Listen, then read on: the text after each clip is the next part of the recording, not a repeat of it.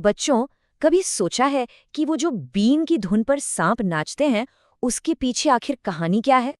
चलो, आज हम एक सपेरा यानी एक स्नेक चार्मर की स्टोरी सुनेंगे, बिल्कुल उन्हीं की जुबानी।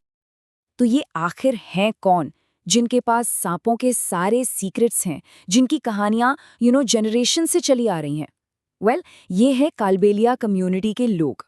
और उनका और सांपों का रिश्ता सिर्फ एक जॉब नहीं है, ये एक लेगेसी है, एक विरासत है। तो इस कहानी के मेन कैरेक्टर हमारे हीरो हैं आर्यनाथ। तो चलिए हम सब आर्यनाथ के साथ एक जर्नी पर चलते हैं और कालबेलियाज और उनके सांपों के इस स्पेशल रिलेशनशिप को ना उन्हीं की नजरों से देखते हैं। आर्यनाथ कहते हैं, मैं कुछ स्पेशल कर सकता हूँ। मैं बीन बजाकर सांपों को नचा सकता हूँ।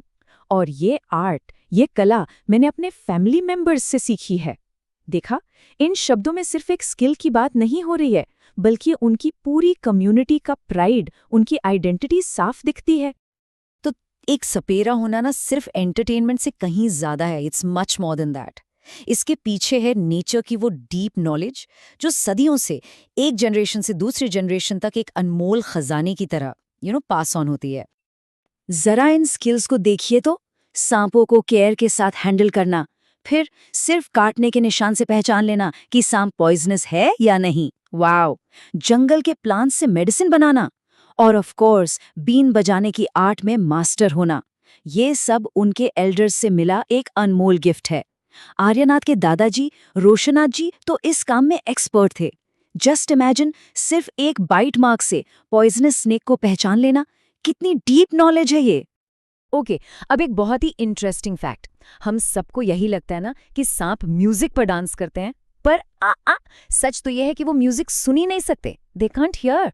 वो एक्चुअली जमीन पर बीन के मूवमेंट से जो वाइब्रेशंस होती हैं ना, उन्हें फील करके रिएक्ट करते हैं। Amazing, right? लेकिन जैसा हर कहानी में होता है, यहाँ भी एक ट्विस्ट आता है। अब सपेरा कम्युनिटी के लिए टाइम्स हैव चेंज्ड। एक नया लॉ आया है, एक नया कानून, जिसने उनके जीने का तरीका हमेशा के लिए बदल दिया। चलिए देखते हैं कि आखिर हुआ क्या। यहाँ देखिए, ये बदलाव कितना क्लियर है। पास्ट में क्या था? वो स्नेक शो से अपनी लाइवलीहुड अर्न करते थे, अपने स्किल्स के लिए रिस्पेक्टेड थे, गांव-गांव जाकर परफॉर्म करते थे। और प्रेजेंट आज क्या है? वाइल्ड लाइफ प्रोटेक्शन एक्ट लागू हो गया है। अब वो जंगली जानवर पकड़ या रख नहीं सकते, और अब उन्हें जीने का एक नया तरीका ढूंढना पड़ रहा है। लेकिन इस लॉ पर सपेरों का अपना पॉइंट ऑफ व्यू भी है, जिसे सुनना बहुत जरूरी है। वो कहते हैं, लोग कहते हैं कि हम सांपों को बुरी कंडीशंस में रखते हैं, लेकिन हमने कभी सांपों को मारा नहीं, ना ही उनकी स्किन बेची है। देखिए, उनके लिए सांप सिर्फ एक एनिमल नहीं, बल्कि एक ट्रेजर है, एक ऐसी लेगेसी जिसे उन्होंने कभी हार्म नहीं पहुंचाया। पर ये कम्युनिटी हार मानने वालों में से बिल्कुल नहीं है। वो अपनी लेगेसी को छोड़ नहीं रहे हैं, बल्कि उसे एक नए एरा के लिए अडेप्ट कर रहे हैं, ट्रांसफॉर्म कर रहे हैं। और यहाँ देखिए, वो अपने ओल्ड स्किल्स को कितने क्रिएटिव तरीकों से यूज कर रहे हैं। अब वो बिन पार्टीज बनाकर इवेंट्स में म्यूजिक प्ले करते हैं, शहरों में बच्चों को अपने नॉलेज शेयर करते हैं, उन्हें पॉइजनस स्नेक्स को आइडेंटिफाई करना सिखाते हैं, और अपने ट्रेडिशनल इंस्ट्रूमेंट्स बनाने की आर्ट को भी जिंदा रखे हुए हैं। Isn't that great? तो इन सब से एक बड़ा सवाल उठता है, सांप, स्नेक्स आखिर सबके लिए इतने इम्पोर्टेंट क्यों हैं? इन्हें बचाना जरूरी क्यों है?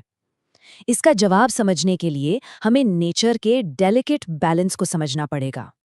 इसे कहते हैं फूड चेन। ये एक सिंपल सा सिस्टम है, राइट? जहां एक छोटा एनिमल एक बड़े एनिमल का फूड बनता है, और फिर वो बड़ा एनिमल उससे भी बड़े एनिमल का।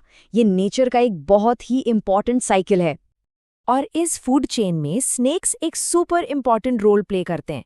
इनफैक्ट उन्हें फार्मर्स फ्रेंड यानी किसानों का दोस्त भी कहा जाता है। पता है क्यों? क्योंकि वो फील्ड्स में रैट्स को खा जाते हैं। जरा सोचिए, अगर सांप ना होते तो ये रैट्स सारी की सारी क्रॉप्स, पूरी फसल बर्बाद कर देते। तो आखिर में आर्यनाथ की इस पूरी स्टोरी से हमें क्या लेसन मिलता है? सबसे इम्पॉर्टेंट टेक अवे है रिस्पेक्ट फॉर ऑल, सबके लिए इज्जत।